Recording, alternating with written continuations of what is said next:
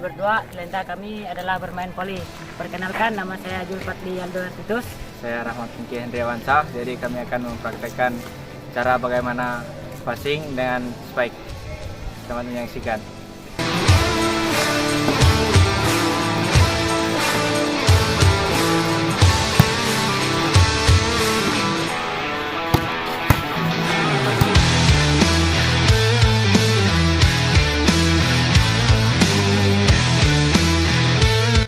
Jadi tadi adalah bagaimana cara passing dengan baik ya. Jadi kami akan melakukan teknik spike lagi.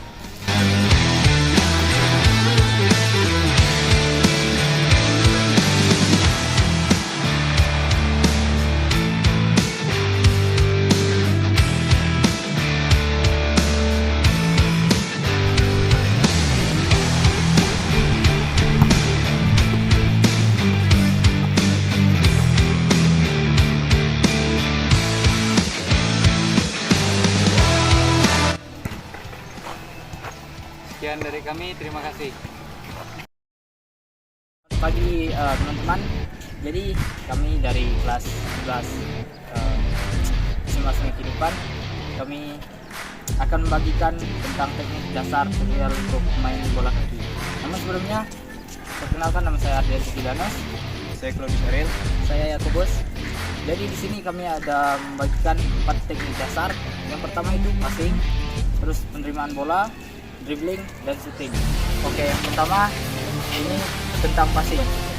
Kita akan melakukan passing dekat, di mana pemainnya passing ini digunakan untuk ngoper bola bagi teman yang beradanya dekat dengan si ngoper. Ini akan kita lakukan.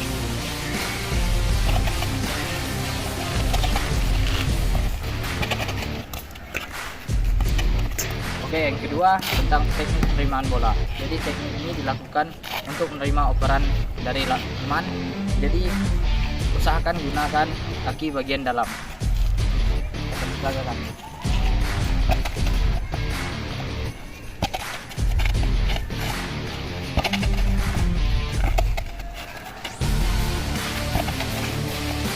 Dan yang ketiga, kita menggunakan teknik dribbling. Ini teknik dribbling kita menggunakan pola zigzag yang dimana ini untuk bisa mengikut lawan juga.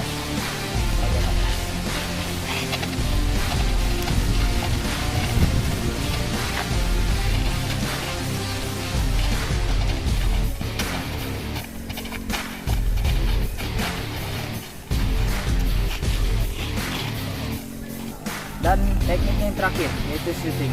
Jadi shooting ini digunakan untuk menyerang atau mencetak gol.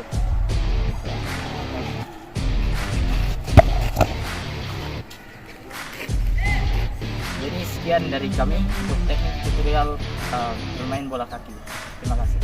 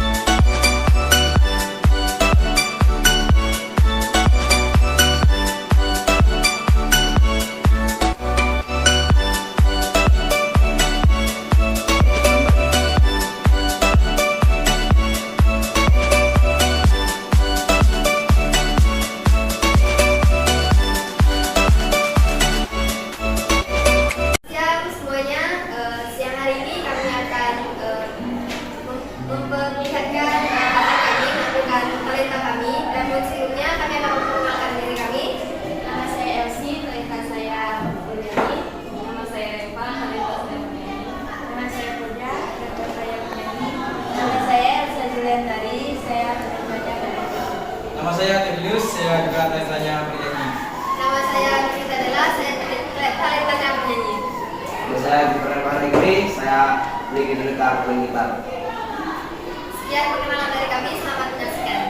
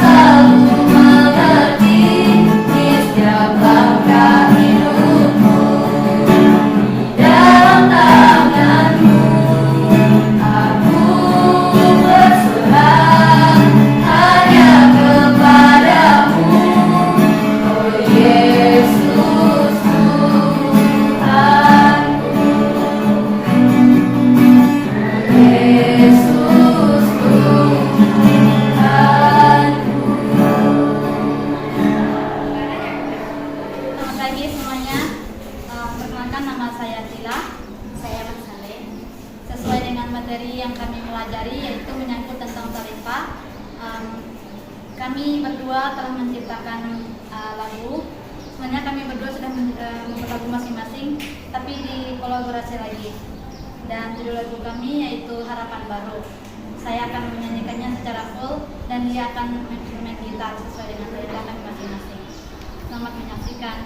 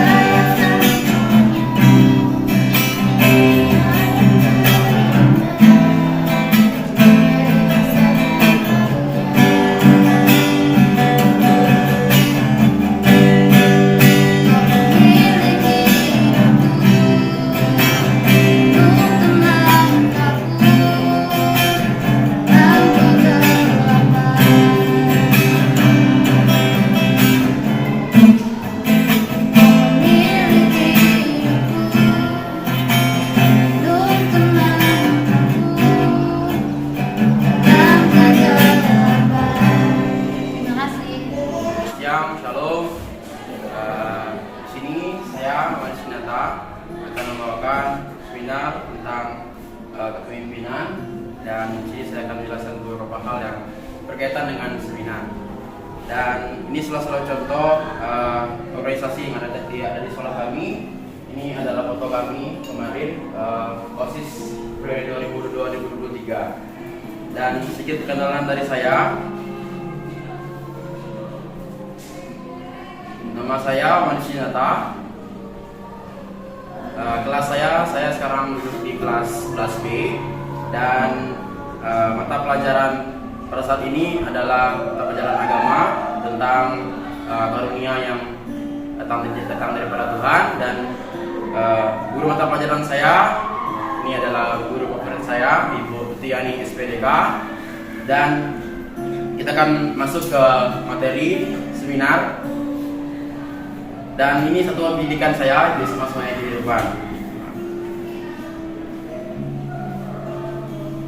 Apa itu kepemimpinan?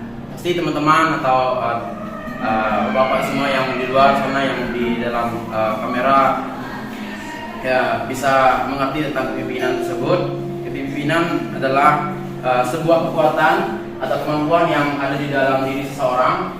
Kepemimpinan tersebut digunakan ketika memimpin. Jadi kepemimpinan itu adalah kemampuan kita untuk membawa orang, itu membawa setiap teman-teman memimpin satu organisasi atau lembaga tertentu yang kita terpilih sebagai pemimpin di atasnya.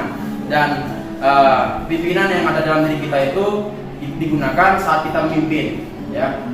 Di saat kita ada di posisi tersebut, kita bisa memimpin banyak orang. Dan selanjutnya, pengertian kepemimpinan menurut Sondang P. Siagian, kepemimpinan bisa diartikan sebagai sebuah kemampuan yang dimiliki seseorang. Kemampuan tersebut ada ketika menjabat sebagai seorang pemimpin di dalam organisasi tertentu. Kemampuan yang dimaksud adalah untuk mempengaruhi orang lain, khususnya bawahannya atau anggotanya. Hal ini dilakukan supaya mereka dapat bertindak dan berpikir sesuai sebuah lahan tertentu, supaya sebuah tujuan bisa dicapai dengan mudah. Jadi menurut Sondang P. Siagian ini, kepemimpinan itu seperti apa yang sudah saya sampaikan di awal tadi, kepemimpinan itu adalah sebuah kemampuan yang ada pada diri kita, dan kita bisa memimpin, bisa mempengaruhi banyak orang supaya kita mencapai tujuan yang sudah kita tetapkan bersama. Jadi yang selanjutnya, ada 5 jenis gaya kepemimpinan. Yang pertama ada otoriter. Otoriter ini adalah gaya leadership. Otoriter menempatkan seorang pemimpin sebagai orang yang berkuasa penuh atas segala hal yang terjadi dalam kelompok. Umumnya mereka akan mendominasi dan memaksakan pendapat pribadi untuk bisa diterima oleh semua anggota tim. Jadi kepemimpinan otoriter ini, ya, pimpinan yang seorang pemimpin itu berkuasa. Jadi hanya dia saja yang bisa mengeluarkan pendapat atau sebuah jalan keluar. Jadi seperti itu. Dan yang kedua ada demokratis. Di gaya kepemimpinan yang satu ini berbeda dengan otoriter, ya. Gaya kepemimpinan ini, demokratis ini, justru memberikan kesempatan kepada setiap anggota timnya untuk menyampaikan opini masing-masing. Tipe kepemimpinan ini seperti umumnya lebih disukai karena karyawannya merasa lebih didengarkan. Jadi kepemimpinan yang kedua ini itu memberikan kesempatan kepada setiap orang atau setiap anggota karyawannya itu menyampaikan opini dari mereka supaya mereka itu seperti didengarkan. Jadi di sini pimpinan yang kedua ini sangat lebih disukai banyak karyawan karena mereka merasa lebih didengarkan. Dan yang ketiga, kepemimpinan yang ketiga ada delegatif, ya. Jika pada kepemimpinan otoriter sang leader memang kuasa penuh atau atas setiap keputusan yang dibuat, kepemimpinan delegatif justru akan menyerahkan hal ini kepada anggota tim, meski terkesan pasrah dan menyerahkan segala tanggung jawab kepada karyawan. Hal ini justru bisa meningkatkan motivasi dan rasa kepercayaan diri atas setiap anggota tim. Jadi yang ketiga ini, ya, seorang pemimpin tersebut menyerahkan semua keputusan itu kepada karyawan tersebut. Jadi bukannya pimpinan tersebut menyerahkan semua, tapi tidak hanya membuat atau meningkatkan motivasi mereka sebagai karyawan yang ada di sebuah perusahaan tersebut. Jadi yang keempat, kedua terakhir ya,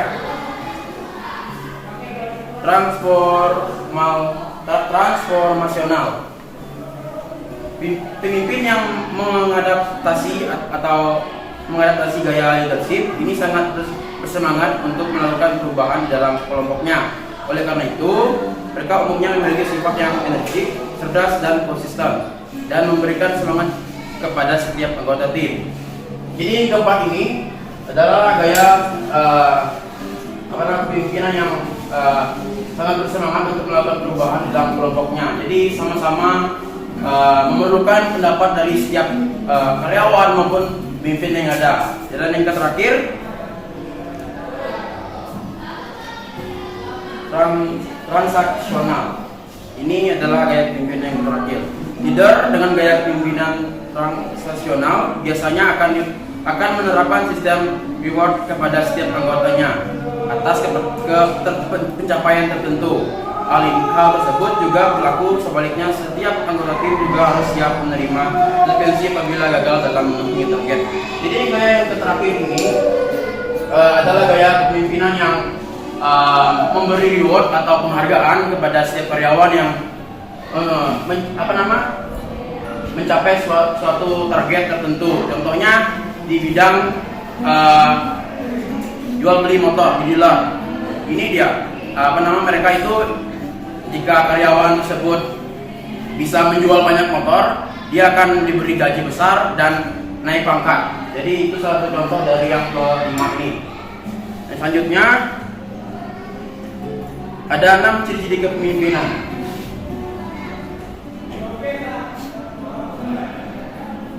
Yang pertama, integritas. Kualitas tertinggi dari kepemimpinan ideal adalah integritas. Tanpa itu, tidak ada keberhasilan yang nyata. Kejujuran dan integritas adalah kunci untuk menjadi seorang pemimpin yang ideal. Pemimpin jujur pasti akan mendapatkan karyawan yang jujur. Jadi ciri-ciri yang pertama ini ya adalah kualitas seorang pemimpin yang ideal atau integritas, dan memiliki atau mempunyai sebuah keberhasilan yang nyata. Dan yang kedua,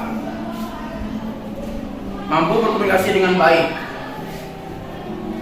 Pemimpin yang ideal adalah pemimpin yang mampu mengkomunikasikan visi dan misi dengan baik. Dia memiliki strategi komunikasi yang efektif, yang kemudian menciptakan pola komunikasi yang solid antara karyawan yang dipimpinnya. Komunikasi merupakan aspek terpenting dan membangun budaya kerja yang produktif. Jadi yang kedua ini, ciri yang kedua dari kepemimpinan ini sangat diperlukan dalam sebuah kepemimpinan ya. Kita harus mampu berkomunikasi dengan orang ya, mampu berkomunikasi dengan orang baik. Dan selanjutnya yang ketiga,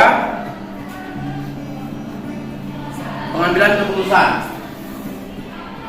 Ciri-ciri kepemimpinan yang baik ketiga adalah kemampuannya dalam membuat keputusan yang tepat pada waktu yang tepat. Keputusan yang Anda buat harus memiliki dampak besar pada seluruh tim agar bisa sukses bersama. Jadi yang ketiga ini sangat diperlukan juga untuk sebuah kepemimpinan ya. Tidak sembarang kita ambil keputusan, tidak sembarang kita memutuskan kata-kata kita atau kalimat kita, tapi kata-kata tersebut yang kita pilih harus berdampak besar untuk kemajuan perusahaan kita atau organisasi kita. Dan yang keempat, tanggung jawab. Ini sangat juga diperlukan dalam kepemimpinan di lembaga atau organisasi tertentu. Kepemimpinan, sikap kepemimpinan bebas hambatan adalah sikap yang dapat membuat semua individu dan tim tanggung jawab atas apa yang mereka lakukan. Tentunya hal ini dapat didukung jika Anda bertanggung jawab sebagai seorang pemimpin. Jadi yang keempat ini sangat diperlukan juga dalam kepemimpinan kita ya, karena orang yang tanggung jawab akan mendapatkan reward juga dan bisa bekerja dengan baik tanpa ada satu hal yang tidak diinginkan. Dan yang kelima, ciri-cirinya percaya diri dan optimisme ya. Keterampilan lain dari pemimpin masa depan yang harus Anda miliki adalah rasa percaya diri. Keyakinan ini dapat mencakup kesiapan Anda untuk membuat keputusan, kesediaan Anda untuk mengambil risiko, dan kepercayaan yang Anda berikan kepada tim Anda dalam mengelola tugas. Jadi yang kelima ini ya sangat diperlukan, karena kalau kita tidak percaya diri, kita tidak bisa membuat sebuah keputusan tersebut ya, untuk memajukan organisasi kita atau lembaga yang ada pada diri kita yang sudah kita pimpin tersebut. Jadi yang terakhir dari ciri-ciri ini, perilaku baik terhadap orang lain. Ciri pimpinan yang baik terakhir adalah mampu untuk berurusan dengan orang lain, terutama bawahan, dengan memberi mereka rasa hormat. Bawahan Anda adalah orang-orang seperti Anda yang pantas diperlakukan dengan bermartabat. Jadi yang terakhir ini ciri-ciri kepemimpinan. Seorang yang memimpin itu harus mampu berurusan dengan orang lain, ya, harus bisa memiliki hubungan yang baik dan memiliki tingkah laku yang baik supaya kita itu bisa dibawa orang kerjasama, kita bisa dibawa orang melakukan hal-hal yang besar dengan perilaku kita yang baik. Jadi kalau orang melihat kita, dia ini baik, dia ini bisa dibawakan kerjasama. Jadi dari sisi kita, perilaku kita yang baik, kita memiliki sahabat yang bisa membuat bersama-sama kita, membuat organisasi kita dan lembaga kita bisa maju. Dan yang selanjutnya, aspek penting kepemimpinan, ya. Seorang pemimpin harus melibatkan orang lain. Orang lain dimaksud di sini adalah sebagai pengikut, bawahan atau anggota kelompok. Kesediaan dari anggota kelompok dalam menerima sebuah arahan dari pemimpin tentu akan membantu melalui hal tersebut, akan membantu menegaskan status pemimpin. Selain itu akan memungkinkan terjadinya sebuah proses kepemimpinan tanpa adanya bawahan atau anggota. Semua sikap dan sifat dari kepemimpinan seorang pemimpin menjadi tidak relevan. Jadi yang pertama ini dari aspek penting kepemimpinan itu, seorang pemimpin harus melibatkan orang lain. Kita tahu bahwa kalau kita kerja sendiri, contohnya kalau kita gotong royong di luar, ya, kalau kita kerja sendiri pasti akan lama selesainya. Jadi kalau kita kerja bersama-sama, kita gotong royong bersama-sama, pasti kerjaan tersebut akan cepat selesai. Dan yang kedua dari aspek penting kepemimpinan, kepemimpinan mencakup distribusi kekuasaan. Aspek kedua, pemimpinan mencakup distribusi kekuasaan yang sama di antaranya pimpinan dan para anggota kelompok. Maksud dari aspek ini adalah anggota kelompok dan anggota kelompok tetap memiliki kuasa di dalam sebuah organisasi. Mereka dapat membentuk kegiatan kelompok melalui berbagai cara, akan tetapi kekuasaan dari pemimpin organisasi cenderung akan lebih tinggi jika dibandingkan dengan anggota kelompoknya. Jadi di sini ya, kekuasaan atau pemimpinan mencakup distribusi kekuasaan itu para anggota kelompok. Maksud dari pemimpinan ini adalah kelompok tetap memiliki kekuasaan yang di dalam sebuah organisasi itu sama, ya, tidak berbeda-beda. Jadi yang ketiga, kepemimpinan sebagai kemampuan dalam menggunakan kekuasaan. Aspek ketiga dari kepemimpinan adalah sebagai kemampuan dalam menggunakan berbagai bentuk kekuasaan. Kekuasaan yang dimiliki oleh seorang pemimpin umumnya akan digunakan dalam mempengaruhi perilaku anggota kelompok lain kelompoknya. Hal itu dilakukan melalui sejumlah cara. Jadi yang ketiga ini, pimpinan sebagai kemampuan dalam menggunakan kekuasaan itu kita melakukan banyak cara, ya, untuk bisa mempengaruhi karyawan yang ada pada organisasi kita. Tentunya kita membuat sebuah program atau kerjasama yang bisa mencakup semua karyawan kita. Dan yang ketiga, skill skill wajib yang harus dimiliki seorang pemimpin.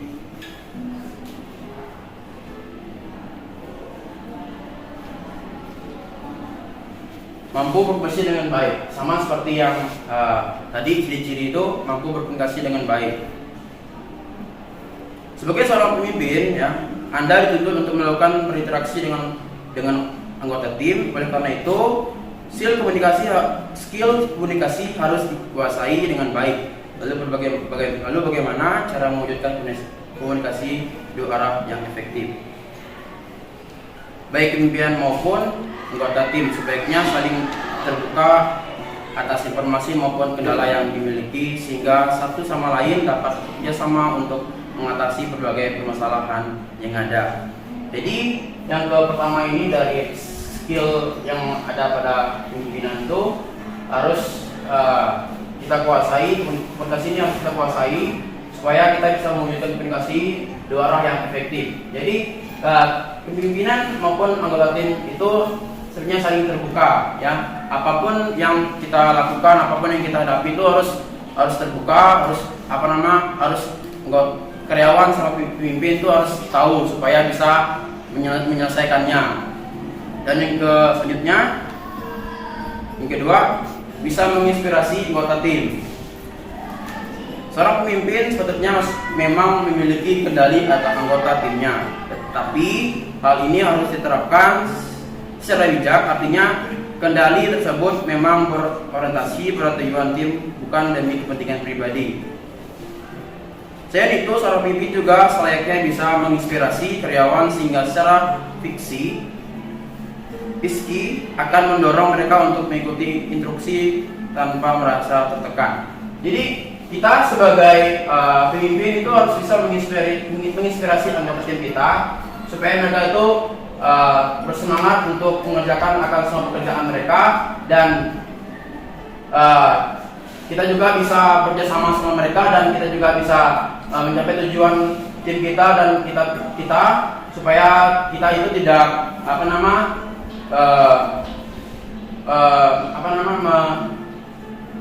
mencapai tujuan kepentingan pribadi kita, ya. Yang selanjutnya, yang ketiga, mendelegasikan tugas secara efektif.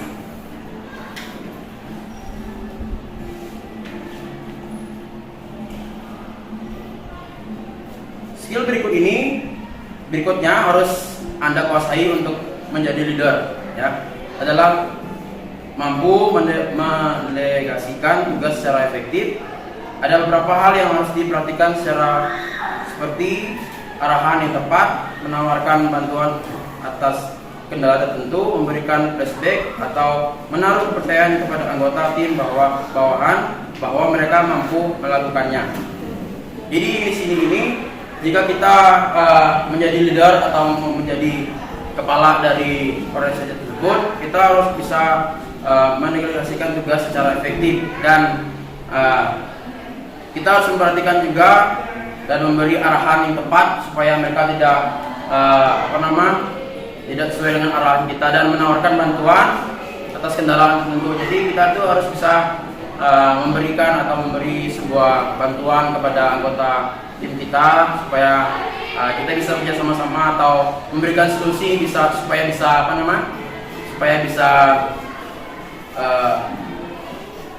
baik gitu, semua yang belum baik itu. Jadi memberikan flashback itu seperti kita memberi bonus kepada mereka supaya mereka semangat terus memberikan pekerjaan mereka kepada perusahaan kita. Nah, selanjutnya, yang keempat, menghargai orang lain. Meski pemimpin notabene adalah orang yang memiliki posisi teratas, tapi hindari sikap arogan kesamaan anggota tim. Justru seorang pemimpin yang baik adalah mereka yang mampu menghormati orang-orang yang ada di bawahnya, sehingga kerjasama di dalam tim dapat terjalin dengan baik. Selain itu, antara pemimpin dan karyawan juga akan memiliki hubungan kerja yang lebih harmoni. Jadi jika kita saling menghargai, kita akan pekerjaan kita akan harmoni, ya. Tidak ada halangan atau rintangan yang harus kita alami jika kita saling menghargai sama lain kita. Dan yang kelima, cepat tanggap. Dalam beberapa kasus tertentu, seorang pemimpin dituntut untuk bisa merespon dengan cepat atas permasalahan yang sedang terjadi. Kemampuan untuk menemukan solusi secara instan yang perlu dilatih lebih lanjut. Tapi seiring dengan bertambahnya jam terbang, hal tersebut dapat dikuasai secara pasti.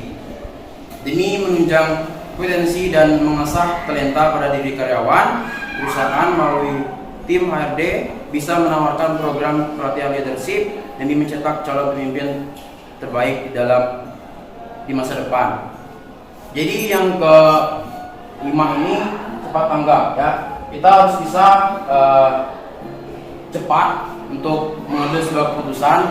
Nanti jika kita memimpin dan ada permasalahan yang memang harus cepat ditangani, nanti kita tidak bisa bertanggungjawabkannya, nanti kita jelek nama organisasi kita. Jadi di sini kita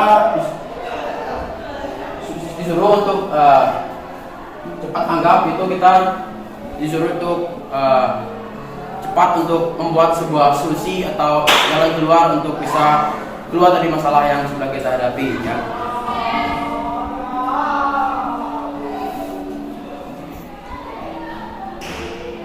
Kesimpulannya,